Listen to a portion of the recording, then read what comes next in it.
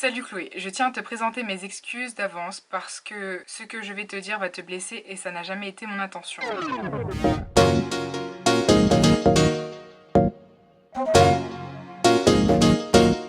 Hello hello, je vous retrouve aujourd'hui pour une nouvelle vidéo. J'espère que vous allez bien en cette nouvelle journée de quarantaine. Je reviens pour un type de vidéo assez différent de ceux de d'habitude, c'est-à-dire que nous parlerons pas d'aviation aujourd'hui, mais de cœur brisé. Je reviens aujourd'hui pour une story time. Je vais vous raconter comment on m'a brisé le cœur, comment je me suis fait tromper et surtout comment j'ai fait pour me relever. Donc pour le bien de cette vidéo, je vais changer les prénoms, évidemment. Hein. Et surtout, je tiens à préciser, à surligner, à tout ce que vous voulez, que tout ce que je vais raconter là, c'est avec ma vision des choses. Et vraiment, je suis pas là pour qu'on juge comment j'ai abordé les choses, ni même les actions de cette personne. Puisque aujourd'hui c'est terminé, c'est une affaire close, tout ce que vous voulez. Je suis pas là pour commencer un drama, quoi que ce soit. Je suis juste là pour divertir vos journées et votre soirée, ou bref. Voilà, on va commencer par le commencement. Nous deux, on s'est rencontrés à la fac quand je suis arrivée en deuxième année de licence et que j'ai changé d'université. Donc ça faisait déjà 2 ans que je le connaissais avant d'avoir commencé à le fréquenter en tant que mon copain. Donc on était à peu près potes quoi. On se suivait sur les réseaux sociaux, on répondait à nos stories mutuellement, tout ça. Un peu de cheb de temps en temps, vous connaissez. Un jour comme ça, la cheb elle a vraiment fonctionné quoi. On a commencé à parler et bref, je sais plus lequel de nous deux a avoué que... Enfin je crois que j'ai avoué le kiffer en fait. Donc du coup bah on décide de se voir. Puis à la suite de ce premier rendez-vous, on vient un deuxième, un troisième, et bon bref. On se met ensemble et on a commencé à se fréquenter. Donc à ce moment-là, moi j'avais clairement dit que j'étais là pour du sérieux. Aucune faille là-dedans, il le savait, il savait que je voulais être hôtesse de l'air, donc il n'y avait pas cette histoire de projet, que ça allait le saouler plus tard, j'avais été très claire. Apparemment ça posait pas de problème à ce moment-là, donc allez, moi j'ai sauté dans le plat. Ça a été très rapide hein, pour moi, en tout cas je parle pour moi hein, encore une fois. Lui je ne sais pas, mais pour moi ça a été très rapide. J'étais prête à lui dire que je voulais me marier avec lui et que je voulais avoir des enfants avec lui au bout de 3 semaines quoi. Clairement, donc bien sûr j'ai fermé ma bouche. Mais bon, toute la partie où on est ensemble, en fait, elle va pas être très croustillante parce qu'il y a eu absolument rien à raconter, que des choses heureuses, que des trucs lourds. C'est pour ça d'ailleurs que je suis tombée d'aussi haut, vraiment. Pour moi, ce mec, c'était une pépite quoi. Tous les jours, je me disais, putain, vraiment j'ai de la chance. C'est un truc de malade, tu pourras jamais trouver mieux, vraiment ce mec il te correspond à 100%, ce mec vraiment Chloé, fais-y attention. J'étais vraiment très amoureuse de lui, de tout ce qu'il pouvait représenter. Vraiment il a été là pour moi dans beaucoup de choses. Il a été là pour le décès de mon chien, pour le décès de ma grand-mère, pour la création de ma chaîne YouTube. Ça va sembler ridicule mais quand j'ai commencé ma chaîne YouTube, j'avais quoi 100 abonnés. Il mettait mes vidéos dans sa story, même si je savais que ça allait intéresser personne de son entourage. Mais il le faisait quand même. Il était là quand j'ai commencé ma formation d'hôtesse de l'air, quand c'était dur, quand je galérais. Pendant ma formation, il est venu m'apporter des fleurs. Enfin bref, je savais pas qu'à ce moment-là, c'était déjà mort pour moi, mais... Bref, de tout ce qu'il faisait, j'avais l'impression d'avoir une pépite quoi entre les mains, de vraiment d'être chanceuse au max. Je savais que les filles autour de lui, bon voilà, hein, je savais qu'il plaisait et il y avait de quoi. Enfin clairement j'étais en mode bah ouais mon mec il est frais, mon mec il est lourd, ouais, t'as de quoi être jalouse copine. J'étais trop contente. Sauf un jour où ça m'a vraiment dérangée, mais c'est important pour la suite. Donc un soir, comme ça, il me raconte une soirée qu'il a passée avec son frère, où il y avait une fille que moi je connaissais. On va l'appeler Laura. Un autre prénom très basique. Il me parle d'elle, je lui dis ah ouais je la connais machin, il me dit ouais elle est hyper cool et tout. Donc je lui dis ah ouais ok d'accord. C'était pas une fille que moi j'appréciais fortement. J'avais déjà certaines retenues par rapport à elle mais bon c'était pas ma pote. Je la connaissais pas plus particulièrement que ça, donc voilà, j'ai juste été neutre sur le sujet, je lui ai pas dit ah ouais mais... Ah, j'ai juste été ah d'accord. Et là, Laura dit à mon copain que j'ai de la chance de l'avoir. Donc les filles, quel genre de fille dit ça à un mec? Ah ta copine elle a de la chance de t'avoir hein. Donc moi à partir du moment où il m'a dit ça j'étais en mode pardon. Elle a dit quoi? Pour moi une fille qui dit ça clairement elle aimerait vraiment être à ma place quoi. Je sais pas si c'est moi seulement qui pense ça, mais moi à ce moment là j'ai eu les ding ding ding ding ding problème. Donc à ce moment-là, je me suis dit, ok, d'accord, bah oui, moi je sais que je suis très chanceuse de t'avoir. Bon, elle, je veux pas trop la revoir autour de toi très souvent, quoi. Bon, j'ai pas dit ça, mais dans ma tête, il y avait les warnings. Voilà, ça c'était le premier warning, mais rien de bizarre venant de sa part. À Paul, rien de bizarre. Donc ensuite vient son anniversaire, j'organise un petit pique-nique, tout ça. Donc j'avais mis une story de lui disant joyeux anniversaire mon amour ou un truc comme ça. Et je reçois une réponse qui me dit tu devrais avoir honte, il te trompe. Alors là je regarde mon téléphone, je suis genre en mode pardon. C'était improbable. Donc en rigolant, moi j'envoie le screen à Paul en lui disant j'ai des soucis à me faire. Il me dit non, n'importe quoi, je sais pas ce que c'est, bref, comment il m'a dit ça? Ça doit être un de tes fans qui veut ma perte ou je sais pas quoi, bla bla bla. Donc voilà, il me dit ça, donc moi je passe à autre chose, je dis à la personne, bah écoute, si tu me donnes aucune preuve, pourquoi je te croirais toi, qui a ni photo, zéro abonné, zéro abonnement, même pas de photo de profil, qui me dit ça, alors que je suis avec mon copain depuis plus d'1 an maintenant, avec qui ça se passe nickel, j'ai aucun souci, vraiment zéro souci. Pourquoi je te croirais toi? Elle n'a pas répondu cette personne. Début septembre, lui décide de partir en vacances avec ses potes à Miami et moi je commence mes vols. Donc je pars à Tahiti, à San Francisco, rotation que j'ai filmée, qui est en ligne toujours, mon premier gros jet lag, bref ma première rotation ever. Un jour pendant la rotation il m'appelle et il me dit t'as pas l'impression qu'on est en train de s'éloigner, machin. Je lui dis ah bon, de quoi tu parles? Donc je sens une petite crise de jalousie, première de toute la relation, donc je me sentais un peu flattée parce que bon, bah, j'avais jamais eu de crise de jalousie, il y avait aucune raison d'en avoir, mais là non plus. Mon rôle là c'est de lui dire ah bah t'inquiète pas, oui c'est différent pour nous, ça va être comme ça va être une nouvelle routine, t'inquiète pas, oui je vais rencontrer beaucoup de personnes qui vont me rendre heureuse. À l'heure qu'on se parlait, il y avait que lui qui me rendait heureuse avant, enfin il y avait mes copines et tout ça, mais il n'y avait pas d'éléments extérieurs quoi, je travaillais pas encore, il n'y avait pas l'ambiance qu'il y a dans l'aviation quoi. Donc forcément quand lui il a vu ça arriver, il s'est dit est-ce que je vais toujours avoir ma place? Évidemment qu'il allait toujours avoir sa place. Donc voilà, je l'ai rassuré comme je pouvais en lui disant mais t'inquiète pas, enfin tout va bien se passer, c'est rien, tu me manques aussi, j'ai hâte qu'on se retrouve et que je te raconte tout en détail, que je te montre les photos, enfin bref, la Chloé de d'habitude. Quand je rentre, bam, jet lag, le premier que je me prends dans la figure. J'étais mais explosée, c'est ce que je dis dans une de mes vidéos. J'ai mis 20 jours à m'en remettre, surtout que vu ce qui allait arriver, j'étais pas prête de me remettre de mon jet lag. Enfin bon bref, s'en vient le jeudi, la veille de son retour. Donc moi trop excitée, trop KO aussi. Je suis sur Instagram et là je reçois un message d'une fille. On va le lire ensemble. Salut Chloé, je tiens à te présenter mes excuses d'avance parce que ce que je vais te dire va te blesser et ça n'a jamais été mon intention. Voilà. Pardon également pour le fait que je t'envoie ça sur Instagram, c'est pas idéal du tout. Paul n'a pas eu l'honnêteté de t'en parler, donc je le fais aujourd'hui. J'ai attendu un petit moment pour qu'il ait le courage, mais visiblement, les remords n'étaient pas présents. Lui et moi, nous nous sommes vus à plusieurs reprises cette année, que ce soit chez moi ou dehors. On s'est énormément parlé, et même plus, sans te donner de détails car ce n'est pas nécessaire. Merci copine, j'avais cru comprendre. Il avait le choix de rester chez lui et de ne pas me parler ou de me voir, mais il a choisi d'aller à l'encontre de son engagement envers toi. Je t'en parle aujourd'hui parce que j'ai du recul, j'étais aveuglée par l'affection que je lui portais et je me suis rendu compte de certaines choses le concernant. S'il t'aimait vraiment, il ne t'aurait jamais trompé, tout simplement. Encore une fois, je suis désolée. Et je sais qu'à ta place, j'aimerais savoir, même si ça fait mal. Je vous avoue que là, je suis en train de lire le message, je l'ai pas lu depuis le jour où je l'ai lu, quoi. Donc là, j'avoue, ça me serre la gorge un petit peu. Ça me pèse énormément et ça reflète absolument pas la personne que je suis. Cette démarche n'a pas pour but de me venger, je souhaite seulement mettre les choses à plat et passer à autre chose une bonne fois pour toutes. Si ça peut aider à consoler même un tout petit peu ta peine, cet écart de conduite m'a coûté énormément et je me sens très mal vis-à-vis de toi. Si tu as besoin de screen ou de preuves, j'ai tout gardé, pardon. Je suis restée droite, figée.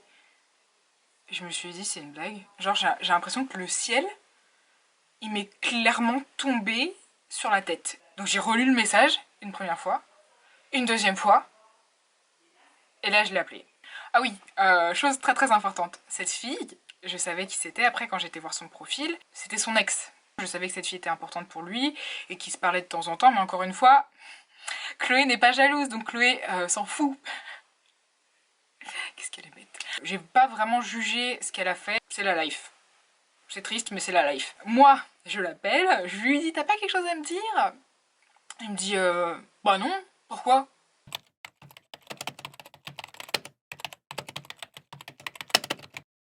Je dis, Romane m'a envoyé un message, elle m'a dit que vous vous étiez vus cette année. Il me dit, non, n'importe quoi, ça s'est passé avant que nous, on se mette ensemble et tout. Je dis, ah bon? Donc là, une petite partie de moi me dit, oh, peut-être qu'elle ment, peut-être qu'elle ment, peut-être qu'elle ment. Et il me dit, attends, je vais l'appeler. Donc là, je me dis, ah, c'est chelou, enfin, il va l'appeler pour lui dire quoi. Donc là, je lui dis, ok, vas-y, appelle-la si tu veux. Donc moi, entre-temps, j'envoie un message à cette Romane en lui disant, copine, envoie les preuves, j'ai besoin de savoir. Moi, dans ma tête, qu'est-ce qui se passe? Je le rappelle, je lui dis, écoute, elle m'a envoyé les screens, maintenant c'est fini. Entre nous deux, c'est fini. Vas-y, tu rentres demain, je te rapporte tes affaires, je veux plus jamais entendre parler de toi. Le lendemain, il arrive, je lui dis, est-ce que je peux venir te déposer tes affaires, machin et tout. Il descend, on va parler et tout, puis là, bien sûr, des pleurs dans tous les sens, et moi j'étais en mode, mais je peux pas quitter ce mec, enfin, en le voyant, ça faisait plus de 2 semaines que je l'avais pas vu, donc forcément qu'il me manquait. Je me disais, mais c'est pas possible qu'il m'ait trompé, c'est pas possible, genre je le voyais, j'avais l'impression que je me sentais vide, je me sentais pleine d'émotions en même temps, c'était terrible, terrible, terrible, terrible, terrible, j'arrêtais pas de pleurer. Avril, mai, juin, juillet, août, 5 mois. Ça veut dire que pendant 5 mois, tous les 5 mois là, il est venu chez moi, il a dormi chez moi. On a fait 36 000 choses, on a eu 36 000 conversations. Enfin bref, tous ces moments-là, je me suis dit, le mec, il m'avait trompé. Le mec avait une autre relation sur le côté. Même si ça s'est terminé, il a quand même été voir une autre meuf plusieurs fois. Donc moi, dans ma tête, j'étais en mode, what the fuck? Je suis amoureuse d'un mec, mais en même temps, en fait, ça fait comme ça, quoi. Dans ma tête, ça faisait comme ça. Genre, clairement, il y avait le côté pour Paul et le côté pas pour Paul. Et ça s'en mêlait dans tous les sens, dans tous les sens, dans tous les sens. Bref, j'ai cette conversation honnête avec lui. Je sais pas si vous comprenez dans quel état d'esprit j'étais, mais vraiment, d'un côté, pour moi, il y a ce fait que quand on trompe quelqu'un, on ne l'aime pas. Donc ça sert à rien d'être avec cette personne. Et de l'autre côté, le fait que pendant ces 5 mois où on avait passé du temps ensemble, et ben jamais je me suis sentie pas aimée. Genre, dans tous les domaines de notre couple, ça allait parfaitement. Vraiment parfaitement. Pour moi. Hein. Parce que du coup, je pense que s'il a fait ça, c'est qu'il y avait quelque part dans notre couple où il se sentait malheureux. Il me l'a jamais dit. Et peut-être qu'il y avait un truc qui manquait chez moi et dont il avait besoin. Ou je sais pas. Je sais pas, j'ai jamais eu la réponse. Je termine cette conversation le vendredi. Bof bof, on n'était pas plus ensemble, mais bon, clairement notre couple, il avait creusé un trou là pour s'enterrer quoi. On était très très très très très très très bas. Donc je lui dis, on essaie de se voir lundi après le week-end, tout ça. Je te laisse le week-end, machin et tout. Donc ok. Et là, le dimanche soir, il part en soirée avec son frère. Le truc qui me perturbe, c'est que j'avais vu que Paul avait acheté plusieurs vêtements à Miami, dont une veste violette. Magnifique. Une sorte de bomber en satin, si je me souviens bien. Bon bref, violet. Donc le truc, tu peux pas le louper. Donc son frère prend une story de la soirée de dimanche, il fait son tour, et puis là, je vois une meuf avec un bomber violet en satin sur elle, genre en mode à la... comme ça. Attendez, je vous la fais. En mode comme ça, qui vit sa best life. Donc là, Chloé, elle se dit... Qui c'est cette meuf? Je re-regarde et je vois que c'est Laura. La Laura, vous voyez, vous vous souvenez, hein? Qui porte la veste de mon mec. Donc là je me dis, quoi, Chloé, tu dois être folle, les émotions en ce moment, ça doit être comme ça dans ta tête, on va juste poser la question avant de s'enflammer. Je lui envoie un message, je lui dis, est-ce que c'est Laura qui porte ta veste là? Il me dit, oui, elle avait froid. Elle avait froid? Je veux dire, vous êtes dans une maison, elle a froid, mais genre elle met sa veste en mode R&B quoi, genre en mode chill. Excuse-moi, quand t'as froid, tu portes ta veste comme ça. Donc là, Chloé, elle essaie de... Donc là, je me dis, ok, clairement, il y a un problème, mais bon. Ok, on se voit le lendemain, on discute, moi, j'oublie ça. Je me dis, il y a d'autres choses plus importantes que quelqu'un qui met la veste de ton mec. Bien sûr. Puis vraiment, à partir de ce moment-là, ça faisait up, down, up, down, jusqu'à cracher jusqu'au bout. Et ça a duré un mois. cette période de flou, de nuages, d'éclaircies, de tempêtes, tornades, ça a duré un mois. Il y a des jours, il me disait mais je te mérite pas, blablabla. J'étais en mode mais c'est à moi de décider de ça. Je sais que ce que t'as fait c'est pas bien. Je sais que ça doit être dur aujourd'hui de vivre ça aux yeux de tout le monde parce qu'avant il y avait que toi qui gardais le secret. Aujourd'hui c'est exposé aux yeux de tout le monde. Donc forcément qu'aujourd'hui bah t'as honte, mais t'as honte devant tout le monde et ça doit pas être plaisant. Mais par contre si tu m'aimes vraiment et que tu veux vraiment rester avec moi, il n'y a pas à dire que tu me mérites pas, c'est moi qui choisis si oui ou non tu mérites d'être avec moi. Et il me disait oui, machin, donc bref, up and down, comme je vous disais. Un jour, il me dit non mais d'abord je dois t'avouer quelque chose. Et il me dit j'ai embrassé quelqu'un, mais je veux pas dire qui c'est parce que j'ai pas envie de lui causer des problèmes. Je lui dis me dis pas que c'est Laura quand même. Et là elle me dit si, comment tu sais? Je dis mais... J'avais vu les warnings depuis une éternité, moi, je le savais très bien qu'elle était sur toi. Le problème, c'est que tu l'as embrassée, donc ça veut dire que toi, t'es sur elle aussi. Et dans ma tête, là, j'étais en mode... j'étais débordée, clairement, j'étais débordée. Je savais même pas par où commencer, genre, la fille, est-ce que je l'insulte? Mais au final, pas vraiment, parce que j'avais déjà une certaine retenue par rapport à elle, donc clairement, je savais de quoi elle était capable avant même que ça se passe. Ou lui, est-ce qu'il est vraiment con? Vraiment, c'est ridicule quand je raconte ça, ça me... Enfin... C'est terrible quand même, c'est terrible. Le mec, il me raconte ça, il me dit ouais, j'ai embrassé une autre meuf, et la cerise sur le gâteau, il me dit j'ai pas trouvé ça déplaisant. Ah bon? Vraiment, c'est chaud. C'est juste un dossier en plus que tu dois poser sur la pile des choses à pardonner. Donc là, je me dis, ok, vas-y, on raccroche, bref. Moi, je pleure encore plus.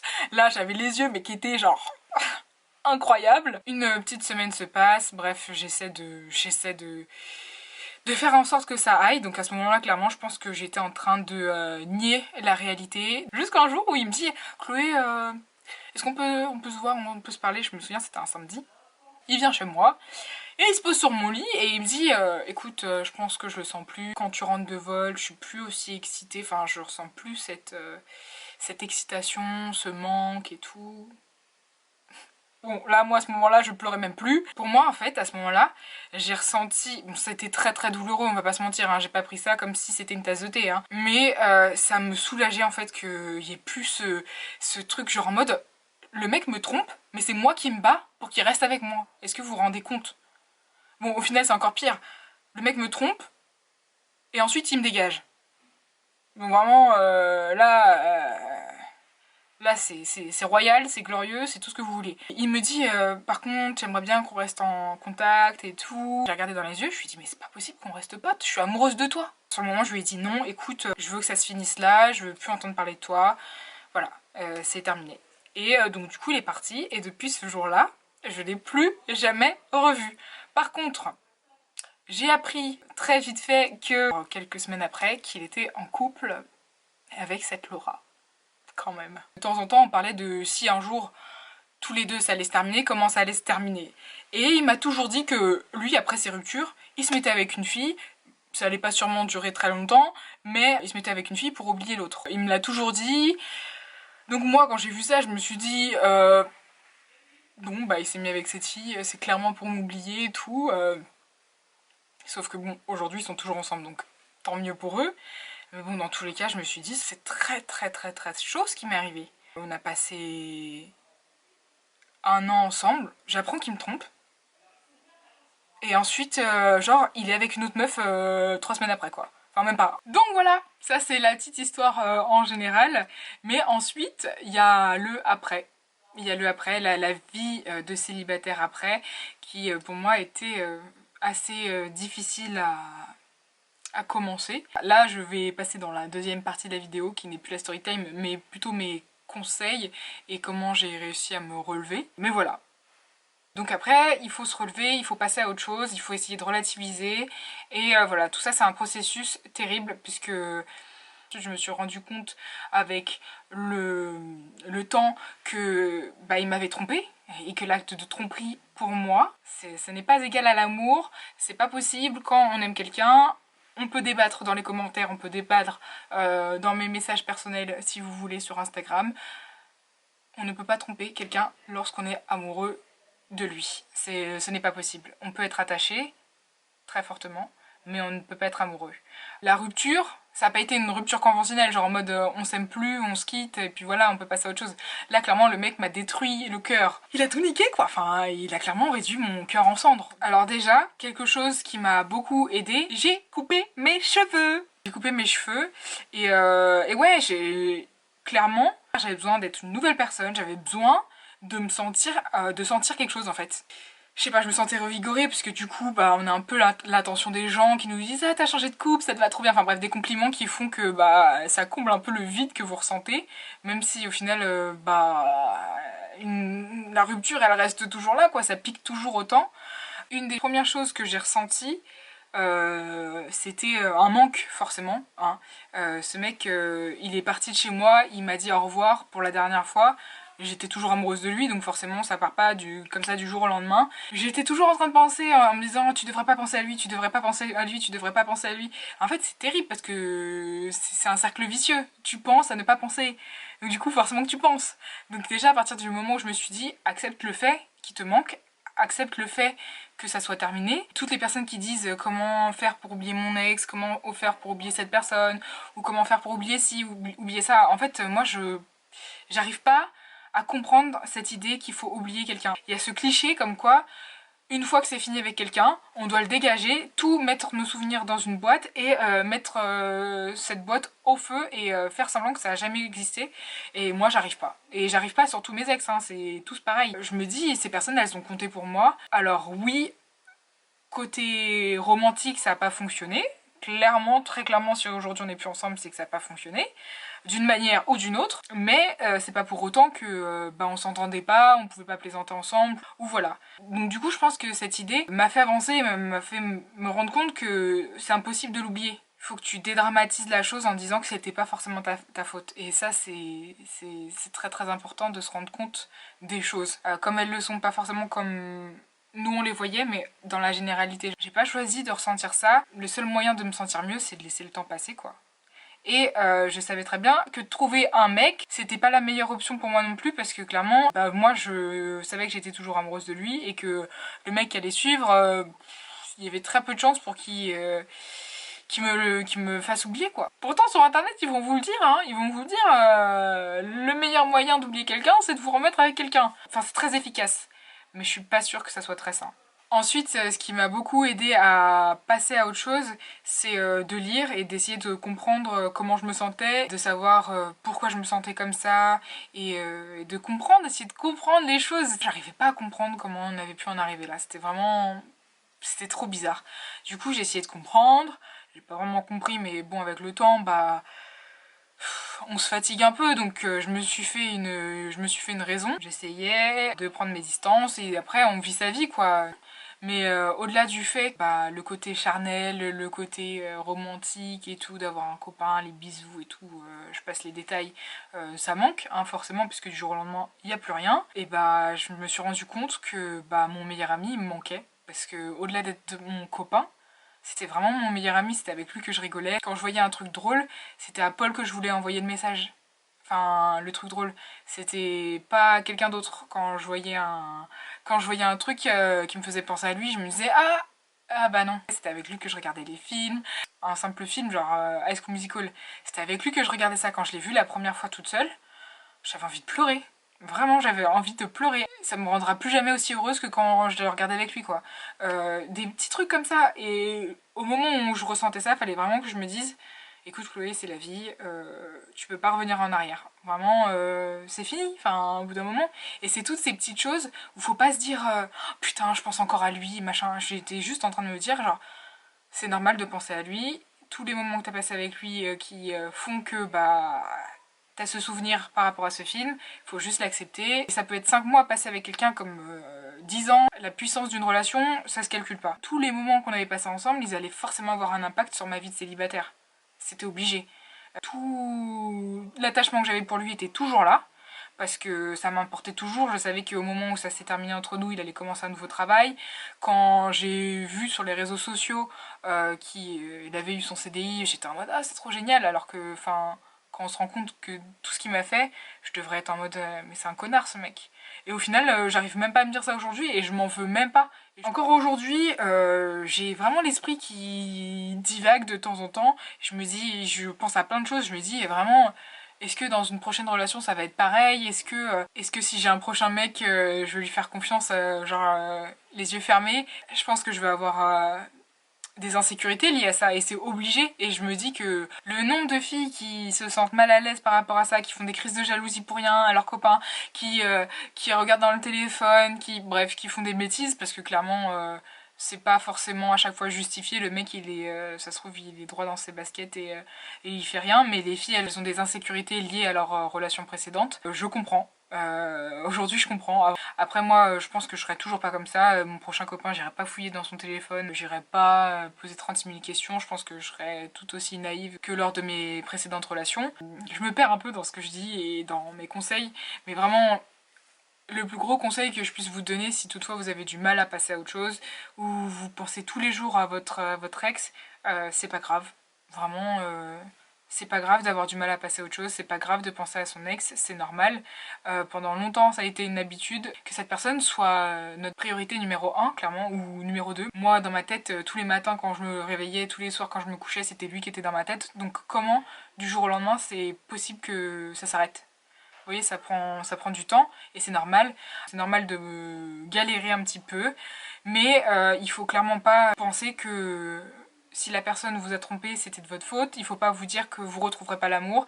Il faut pas vous dire que tous les hommes sont pareils. Il faut juste prendre le temps dont vous avez besoin. Il faut vous donner le temps de vous ressentir bien, mais il faut pas vous laisser aller. Faut pas noyer votre chagrin dans quelque chose, ou faut noyer votre chagrin dans quelque chose de bien. C'est-à-dire la lecture, je sais pas, mais sûrement pas dans la nourriture, dans l'alcool. Faut vraiment prendre tous les moyens qui vous font vous sentir bien, vraiment. Il faut pas lésiner là-dessus, vraiment, moi j'ai tout fait. Et heureusement, comme je dis, que j'ai eu ce travail-là et que j'ai vu d'autres choses. J'ai mis mon temps dans YouTube. Quand ça s'est terminé, j'ai fait quelques vidéos, mais j'ai essayé de focaliser mon attention sur quelque chose d'autre.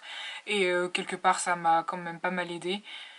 Et puis voilà, l'histoire en elle-même est horrible, terrible, tout ce que vous voulez. Franchement, je méritais clairement pas ça, je méritais pas ça du tout. Mais c'est la vie, c'est des choses qui arrivent. Il faut pas rester par terre, il faut pas se laisser aller après une rupture. Et il faut pas surtout mettre une croix sur l'amour parce que oui, c'est des choses qui arrivent, mais il y a des gens heureux dans la vie, il y a des gens amoureux encore. Après 20 ans, 30 ans de mariage, il y a des gens toujours heureux, toujours amoureux. Donc vraiment, moi je perds pas espoir. Même si clairement ce mec m'a mis une balayette de la muerte. Mais voilà, c'est la fin de la vidéo. Je sais que j'étais un peu floue sur les bords vers la fin. Mais j'ai parlé à cœur ouvert, je vous ai expliqué comment je me sentais, comment je voyais les choses par rapport aux relations amoureuses, post-rupture et tout ça. J'espère quand même que ça vous aura un peu diverti et ou aider si toutefois vous êtes en train de traverser ce genre de situation. Autrement, si la vidéo vous a plu, n'hésitez pas à mettre un petit pouce et si vous n'êtes pas abonné encore, n'hésitez pas à le faire. Et puis voilà, à la prochaine, bisous bisous.